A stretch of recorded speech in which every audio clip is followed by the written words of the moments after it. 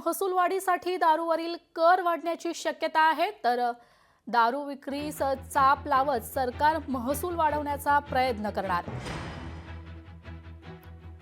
गृहनिर्माण विभागाच्या अप्पर मुख्य सचिवांच्या अध्यक्षतेखाली ही समिती गठीत। 5 सदस्यीय समितीला अभ्यास करण्याच्या सूचना।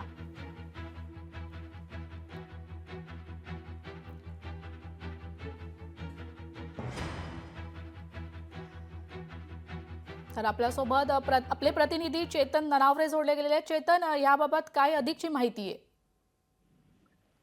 निश्चितच एकंदरीत जी माहिती आता समोर येते, गृह विभागाने राज्य शासनाच्या या संदर्भातील हा निर्णय जारी केलेला आहे। आणि जर आपण पाहिलं तर राज्यातील महसूल वाढीसाठी तब्बल 5 सदस्यीय समिती नेमण्यात आलेली आहे, ज्यामध्ये 4 प्रमुख विभाग आहेत। उत्पादन शुल्क विभाग असेल, वित्त विभाग असेल, वस्तू व सेवा कर असेल आणि गृहनिर्माण विभाग, जे 4ही मोठ्या प्रमाणात महसूल वाढीसाठी प्रयत्न करत असतात। तसेच 5ही अधिकाऱ्यांची ही उच्चस्तरीय समिती नेमण्यात आलेली आहे। 2 महिन्यामध्ये इतर राज्यातील ज्या प्रकारचं मद्य निर्मितीचं धोरण आहे, त्यांच्या कर संकलन संदर्भातील धोरण आहे, त्याचा अभ्यास करण्याच्या सूचना दिलेल्या आहेत।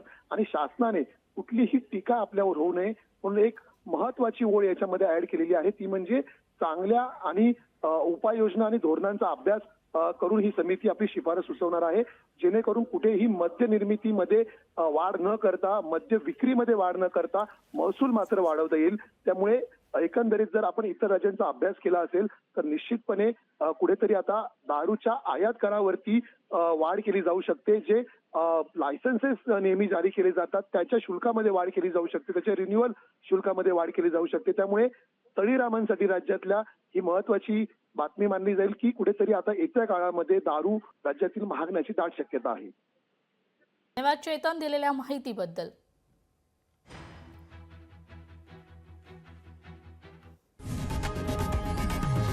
लोकशाही मराठी ऐका, पहा, जागरूक रहा।